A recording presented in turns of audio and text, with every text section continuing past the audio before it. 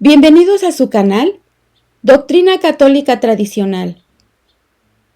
Muchas gracias por escuchar y por favor, no olvide darle me gusta o like al video para que esta plataforma lo pueda recomendar a más personas. Ahora comenzamos con nuestras oraciones. Pater noster, qui es in celis, sanctificetur nomen tuum, adveniat regnum tuum, fiat voluntas tua, sicut in cielo et in terra. Panem nostrum quotidianum da nobis hodie, et dimite nobis debita nostra, sicut et nos dimittimus debitoribus nostris, et ne nos inducas in tentationem, sed libéranos a malo. Amén. Ave María, gratia plena, Dominus tecum, benedicta tu in mulieribus, et benedictus fructus ventris tui, Iesus. Sancta María, Mater Dei, ora pro nobis peccatoribus, nunc et in hora mortis nostrae. Amén. Sancte Micael Arcángelum, defendenos sin prelio, contra nequitiam et insidias diaboli, esto presidium, imperet illi Deus, supplices deprecamur. Tuque, princeps milicia celestis, Satanam aliosque spiritus malignos, qui ad perditionem animarum pervagantur in mundo, divina virtute in infernum detrude. Amén. Cor Iesus sacratitium miserere nobis. Cor Iesus sacratitium miserere nobis. Cor Iesus sacratitium miserere nobis. La pasión de la Iglesia es un tema de proyecto Emaús. Veamos. Cuando conmemoramos y revivimos la pasión de nuestro Señor Jesucristo, también conviene reflexionar sobre un acontecimiento paralelo que encontramos en las Sagradas Escrituras y en las profecías de diversos visionarios y místicos. Hablo de la pasión de la Iglesia. Sabemos que la Iglesia, el cuerpo místico de Cristo, tendrá que sufrir una pasión parecida a la de nuestro Señor en los últimos tiempos. Porque conviene que la Iglesia, la esposa de Cristo, padezca lo mismo que padeció nuestro Señor, para identificarse hasta el extremo con su divino esposo. Esto lo leemos en el Catecismo Católico, en el numeral 675. Por tanto, la Iglesia tendrá que ser traicionada por los que están dentro, condenada y humillada públicamente, azotada hasta ser desfigurada, crucificada y finalmente enterrada. Solo después de estos terribles sufrimientos llegará la verdadera restauración de la Iglesia, su resurrección.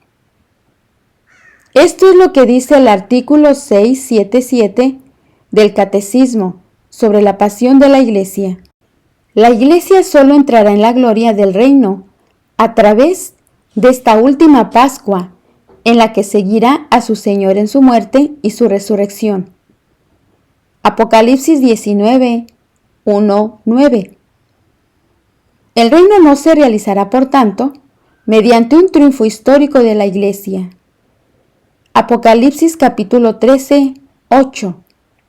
En forma de un proceso creciente, sino por una victoria de Dios sobre el último desencadenamiento del mal.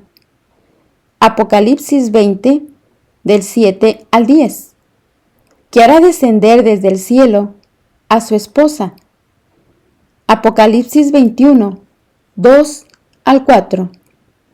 Reflexionando sobre los acontecimientos de la pasión de nuestro Señor, He visto un paralelismo con los tiempos que nos han tocado vivir, porque creo que estamos entrando en lo que el Señor llamó la hora del poder de las tinieblas. San Lucas capítulo 22, 53. Naturalmente, no corresponde a la duración de los tiempos. La pasión de nuestro Señor duró desde el Jueves Santo por la noche hasta el viernes a las 3 de la tarde, y la pasión de la Iglesia puede durar bastantes años. Pero sí vemos que la sucesión de acontecimientos sigue el mismo orden y la misma lógica en ambas historias. Veamos por partes. ¿En qué sentido podemos decir que la Iglesia está a punto de entrar en su pasión? La entrada triunfal en Jerusalén. El domingo de Ramos, Jesucristo montado en un burro entró triunfalmente en Jerusalén, la ciudad donde tenía que padecer y morir 5 días más tarde. En la década de los años 50, la Iglesia se encontraba aparentemente en un momento glorioso, a tan solo 10 años del cataclismo. En los años 50, la Iglesia estaba en plena expansión misionera por todo el mundo. Tenía un ejército disciplinado y eficaz, de sacerdotes y religiosos, que trabajaban y oraban por el triunfo de la fe católica. Los fieles, por lo general, practicaban y vivían su fe con una intensidad encomiable. La Iglesia era gobernada con mano firme por un papa valiente y santo. La doctrina católica era predicada en todos lugares, parroquias, colegios, universidades, sin ambigüedades ni concesiones a los gustos modernos. Y las herejías eran duramente reprimidas donde quiera que surgían. Pero como no es oro todo lo que reluce, dentro de la Iglesia ya había un cáncer. Hasta que no se encuentre en fase de metástasis, un cáncer no se manifiesta. Se queda a veces en espera y de pronto ataca y se extiende por el resto del cuerpo. En la primera mitad del siglo XX, tras la derrota del modernismo por parte del Papa San Pío X, los enemigos internos de la Iglesia no desaparecieron, sino que más bien hibernaron. Mientras se ocultaban esperando su oportunidad, la Iglesia prosperó, y muchos creían que la Iglesia estaba en el umbral de una segunda era dorada, fuera de cualquier peligro. Con la elección del Papa Juan XXIII, los modernistas clandestinos obtuvieron lo que necesitaban: recuperar la legitimidad dentro de la Iglesia y reorientarla a su gusto mediante un concilio. El Papa Pío XI y Pío XII habían tanteado la idea de convocar un concilio ecuménico, pero le habían desaconsejado sabiamente sus cardenales. Esto es lo que dijo el cardenal Villot a Pío XI en 1923 acerca de convocar un nuevo concilio. La existencia de profundas diferencias en medio del episcopado mismo no puede ser ocultada. Ellos corren el riesgo de dar lugar a discusiones que serán prolongadas indefinidamente. Un concilio puede ser manipulado por los peores enemigos de la Iglesia, los modernistas, quienes ya se están preparando, como ciertas indicaciones muestran, a producir la revolución en la Iglesia. Un nuevo 1789. En los años 50, muy pocos católicos de a pie se imaginaban el desastre que ocurriría en la siguiente década. El cambio fue tan repentino y tan tremendo que pilló por sorpresa a la inmensa mayoría de fieles. Los católicos no se prepararon para resistir el embiste del modernismo de los años 60, porque no se lo esperaban. a pesar de las profecías que hablaban de una apostasía general. El Domingo de Ramos, los apóstoles tampoco se esperaban que en tan poco tiempo la situación daría un giro tan espectacular, a pesar de que el Señor les había profetizado sobre lo que tenía que ocurrir. Mientras el Señor entraba a Jerusalén, Judas ya maquinaba contra su maestro, y el Sanedrín buscaba la manera de acabar con él. Mientras el pueblo cantaba y recibía al Señor con palmos de olivos, el demonio preparaba su jugada. El triunfo tiene un peligro enorme. La sensación intoxicante del éxito nos ciega ante los peligros que acechan. La traición. La traición de Jesucristo por Judas fue pactada con los líderes del Sanedrín el miércoles santo y consumada el jueves santo. El precio, 30 monedas de plata. La traición de la Iglesia Católica fue pactada en agosto de 1962 y consumada durante el Concilio Vaticano II, 1962 a 1968. El precio, la asistencia en el concilio de unos observadores representando la Iglesia rusa y de paso la KGB.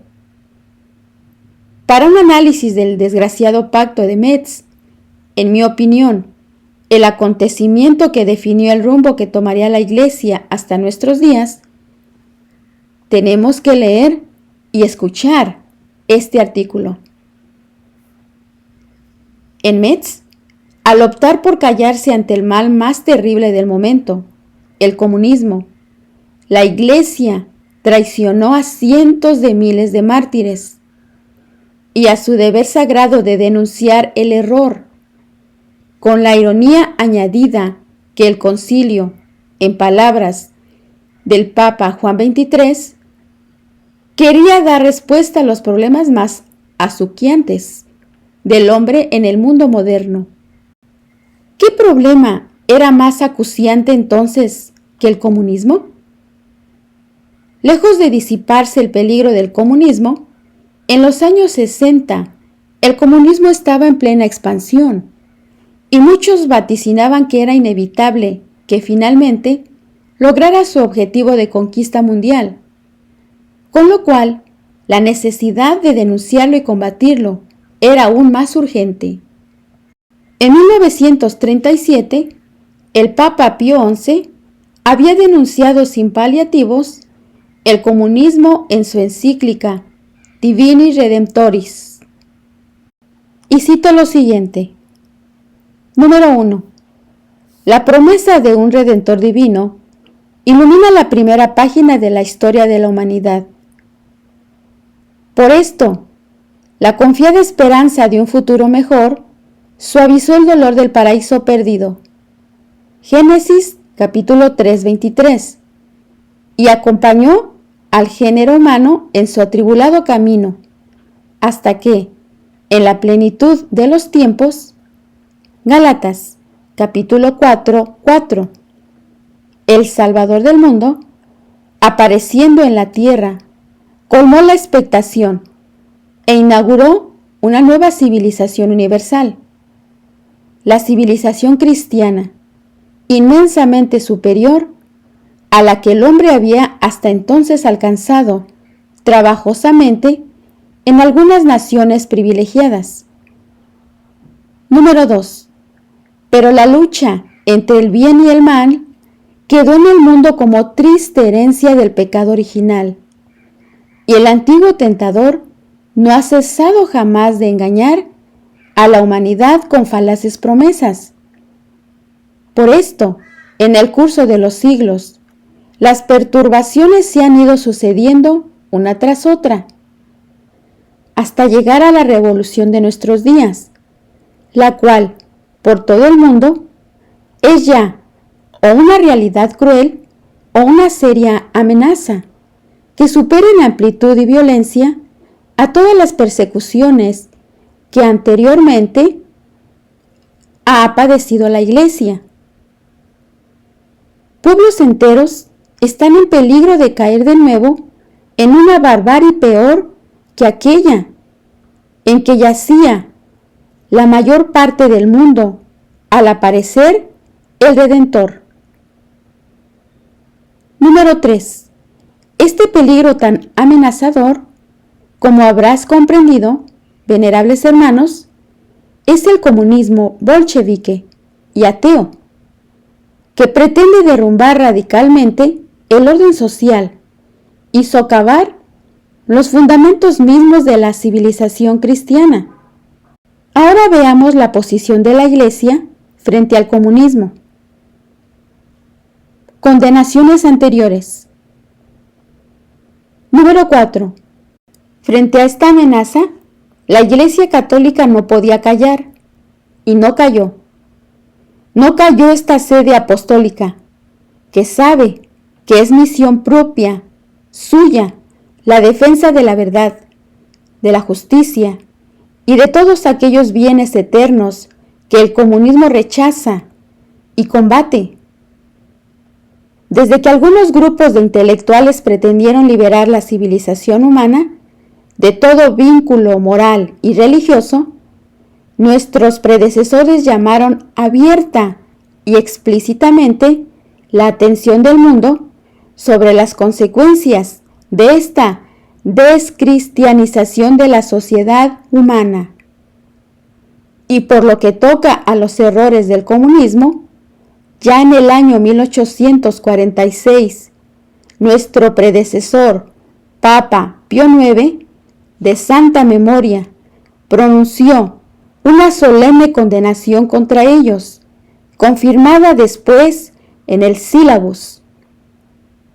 Dice textualmente en la encíclica Qui Pluribus lo siguiente: a esto tiende la doctrina totalmente contraria al derecho natural del llamado comunismo, doctrina que, si se admitiera, llevaría a la radical subversión de los derechos, bienes y propiedades de todos y aún de la misma sociedad humana. Más tarde, un predecesor nuestro de inmortal memoria, el Papa León XIII, en la encíclica Quod Apostolici Numeris, definió el comunismo como mortal enfermedad que se infiltra por las articulaciones más íntimas de la sociedad humana, poniéndola en peligro de muerte, y con clara visión indicaba que los movimientos ateos entre las masas populares, en plena época del tecnicismo, tenían su origen en aquella filosofía que desde hacía ya varios siglos trataba él separar la ciencia y la vida de la fe y de la Iglesia. Mientras los padres conciliares se reunían en Roma, ese, entre comillas, sistema de esclavitud de masas, intrínsecamente perverso, en palabras del Papa Pío XI, oprimía bajo una tiranía diabólica a una cuarta parte de la población mundial. Los obispos católicos y el Papa a la cabeza tienen el deber de advertir a los fieles de los peligros que amenazan a los cristianos, sobre todo en lo que toca a la doctrina. Aunque el comunismo se plasme en un sistema político, antes de que triunfe la revolución, primero tiene que corromper las almas con sus múltiples errores.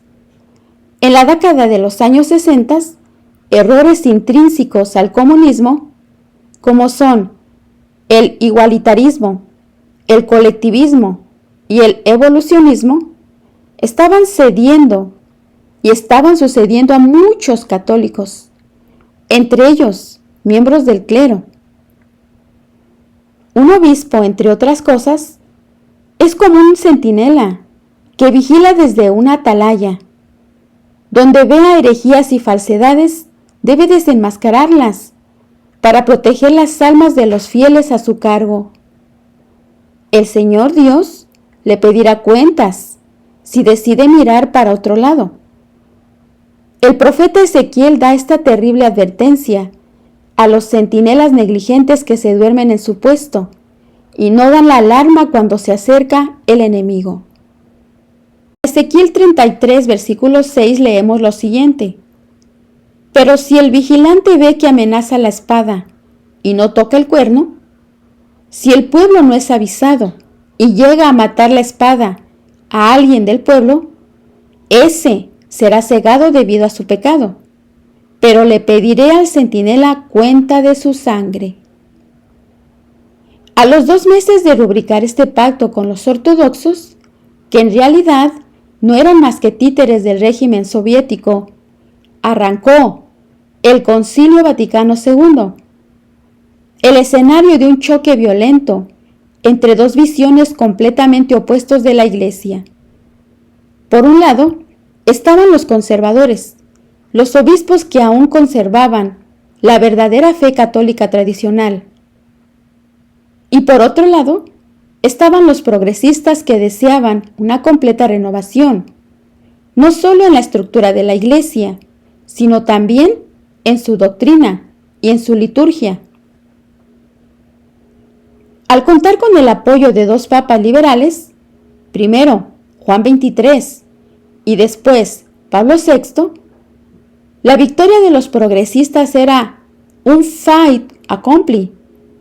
El grupo de obispos conservadores, reunidos en el Quietus Internationalis Patrum, hizo todo lo posible para mitigar los daños, pero las fuerzas modernistas estaban mejor organizadas y contaban con medios superiores. El mundo aplaudió el concilio y los católicos se encontraron de pronto con una nueva misa.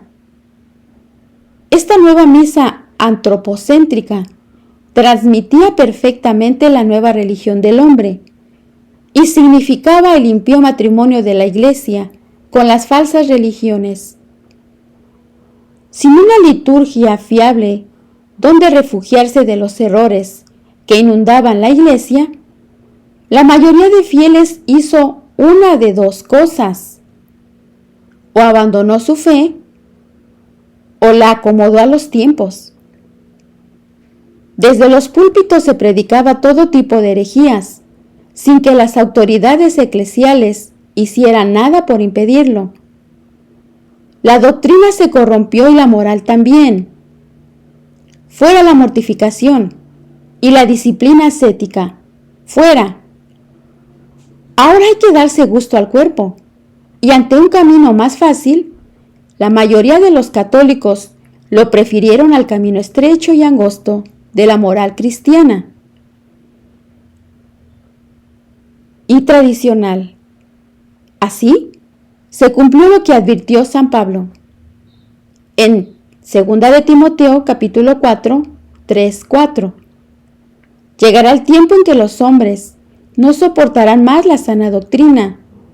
Por el contrario, llevados por sus inclinaciones, se procurarán una multitud de maestros que les halaguen los oídos y se apartarán de la verdad para escuchar cosas fantasiosas. La condena.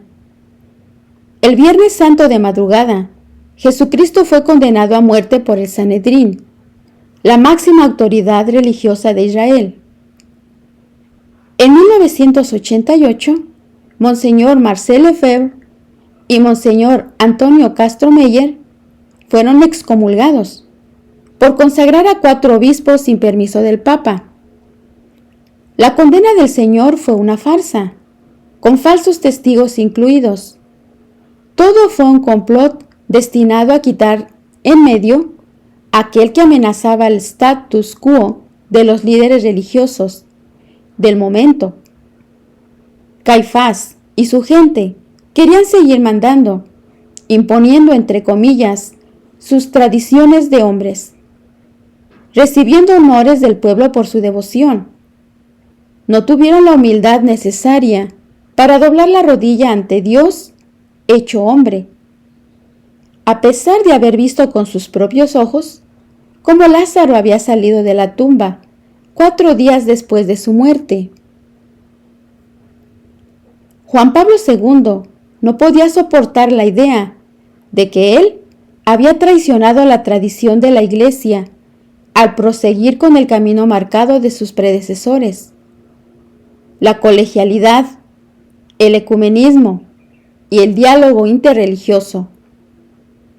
La denuncia de estos 2 obispos ante el acto sacrílego de Asís, donde 2 años antes había convocado a representantes de todas las falsas religiones para rezar por la paz, le había dolido mucho y había marcado una línea roja entre él y los tradicionalistas. Juan Pablo II se encontró ante un dilema. Era evidente que los tradicionalistas eran buenos católicos, que la persecución desatada contra ellos bajo Pablo VI era una iniquidad y que sus peticiones eran justas. Sin embargo, si otorgaba libertad para decir la misa tradicional, tácitamente daba la razón a los que criticaban la misa nueva. Si admitía que los tradicionalistas tenían razón en cuestiones doctrinales, se descalificaba a sí mismo. En esta situación, la opción más cómoda era la excomunión de los rebeldes, y fue la opción que escogió al Papa. Esta excomunión fue otra farsa, porque ni siquiera se sostiene según el nuevo Código de Derecho Canónico, promulgado 5 antes por el propio Juan Pablo II. En el artículo 1323 de dicho código dice lo siguiente: no queda sujeto a ninguna pena quien, cuando infringió una ley o precepto, quien actuó coaccionando por miedo grave, aunque lo fuera solo relativamente, o por necesidad, o para evitar un grave perjuicio, a no ser que el acto fuera intrínsecamente malo o redundase en daño de las almas.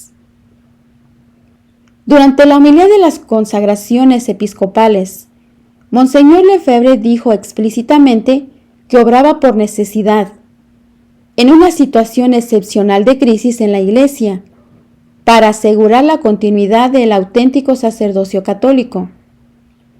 Aunque Monseñor Lefebvre estuviera equivocado en su valoración de un estado de necesidad, la excomunión seguiría siendo inválida, porque la sentencia se extralimitó al juzgar las intenciones, en contra de las palabras del condenado.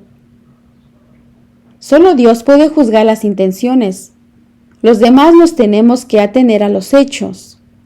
Y los hechos son muy claros en este caso. Monseñor Lefebvre afirmó su lealtad al Papa y su fe a la Iglesia Católica, por lo que nadie puede acusarle de cismático, y no se puede aplicar la sentencia de excomunión. Por grave e injusta que sea esta condena a los obispos Lefebvre y Castro Meyer, no es la condena definitiva que tiene que producirse antes de la purificación de la Iglesia. Los 2 obispos que desafiaron la jerarquía de Roma fueron condenados por las autoridades religiosas, pero no por las autoridades civiles. La Hermandad de San Pío X hoy es una sociedad legal en muchos países del mundo, y nadie va a la cárcel por pertenecer a ella. Pero Jesucristo no solo fue condenado por el Sanedrín, sino que esa condena injusta fue refrenada por la autoridad civil. Tiene que llegar el día en que los pocos católicos fieles a la tradición sean condenados, no solo por la Iglesia oficial en Roma, sino también por los gobiernos liberales que ostentan el poder secular. Lo más terrible es que, igual que con Caifás y Poncio Pilato, será un papa quien instigue la persecución contra los católicos que permanecen fieles al Señor y presione al gobierno ateo para que los declare fuera de la ley. Yo intuyo que tendrá algo que ver con la creación de una nueva religión sincrética, a la que se opondrán los católicos tradicionales. Cuando Roma y el poder de la élite mundialista se pongan de acuerdo en perseguir a los católicos tradicionales, habremos entrado de lleno en la pasión de la Iglesia. La flagelación, crucifixión y sepultura. Aún nos queda lo peor. La Iglesia tendrá que ser escupida, burlada, apaleada, azotada, crucificada y sepultada. Habrá un momento en que ni siquiera los más fieles verán dónde está la Iglesia. Solo verán tinieblas y dolor. Igual que nuestro Señor fue sepultado y ni siquiera los apóstoles creyeron en su resurrección, el mundo creerá que la Iglesia Católica ha muerto definitivamente y que las puertas del infierno finalmente han prevalecido contra la Iglesia. Igual que el cielo se oscureció durante las 3 horas que colgó nuestro Señor de la cruz, los místicos hablan de 3 días de oscuridad en los últimos tiempos, una oscuridad preternatural, cuando los demonios serán liberados del infierno para llevarse con ellos a todos los hombres y mujeres que han renegado de Dios. Nuestro Señor nos manda estar vigilantes, porque no sabemos cuándo puede llegar nuestra hora. Luego, si nunca llega el gran castigo, nuestra preparación no habrá sido en vano. Toda la oración y penitencia que hagamos para la salvación de nuestra alma y la de los pobres pecadores será tenida en cuenta. Ninguna buena obra cae en saco roto. Esto es lo que dice sobre los 3 días de oscuridad la beata Ana María Taigui, año 1769-1837. Y cito lo siguiente: Dios enviará 2 castigos, uno en forma de guerra, revoluciones y peligros originados en la tierra, y otro enviado desde el cielo. Vendrá sobre la tierra una oscuridad total que durará 3 días y 3 noches. Nada será visible, y el aire se volverá pestilente, nocivo y dañará, pero no solo a los enemigos de la religión. Durante los 3 días de tinieblas, la luz artificial será imposible. Solo las velas benditas arderán. Los fieles deben permanecer en sus casas rezando el Santo Rosario y pidiendo a Dios misericordia. Los malos perecerán en toda la tierra durante esta oscuridad universal, con excepción de algunos pocos que se convertirán. La tierra envuelta en llamas, hundiéndose en numerosos edificios. La tierra y el cielo parecía que estaban agonizando. Millones de hombres morirán por el hierro, unos en guerras, otros en luchas civiles. Millones perecerán en los 3 días de tinieblas. Después de purificar al mundo y a su iglesia, y de arrancar de cuajo toda la mala hierba, nuestro Señor operará un renacimiento milagroso. La resurrección. Después del terrible castigo, la Iglesia resucitará. El reino del Anticristo será destruido y comenzará el reino de nuestro Señor, que durará 1000 años hasta el Armagedón y el juicio final. El mundo entero será católico. Las falsas religiones desaparecerán como el rocío desaparece con el sol de la mañana. Todas las naciones reconocerán la soberanía de Jesucristo, y Él reinará en todo. Será la mayor época de esplendor de la Iglesia, mucho más glorioso aún que la era de la cristiandad. Durará hasta que Satanás es liberado una vez más para la batalla final que precede la segunda venida de nuestro Señor. Esto es lo que dicen las Sagradas Escrituras en Apocalipsis capítulo 20, versículos 1 al 3. Y cito: Vi después a un ángel que bajaba del cielo, llevando en la mano la llave del abismo y una cadena enorme. Sujetó al dragón, la serpiente antigua, que es Satanás o el diablo, y lo encadenó por 1000 años.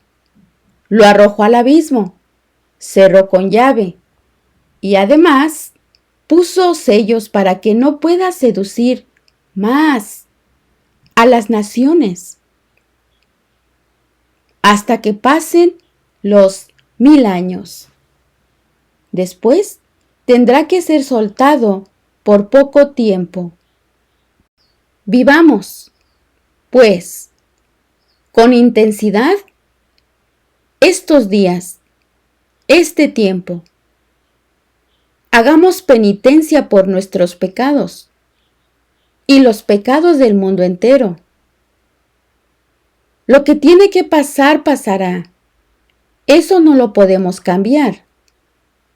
Lo que sí está en nuestras manos es nuestra santificación y la santificación de los que están a nuestro cargo, a nuestro alrededor.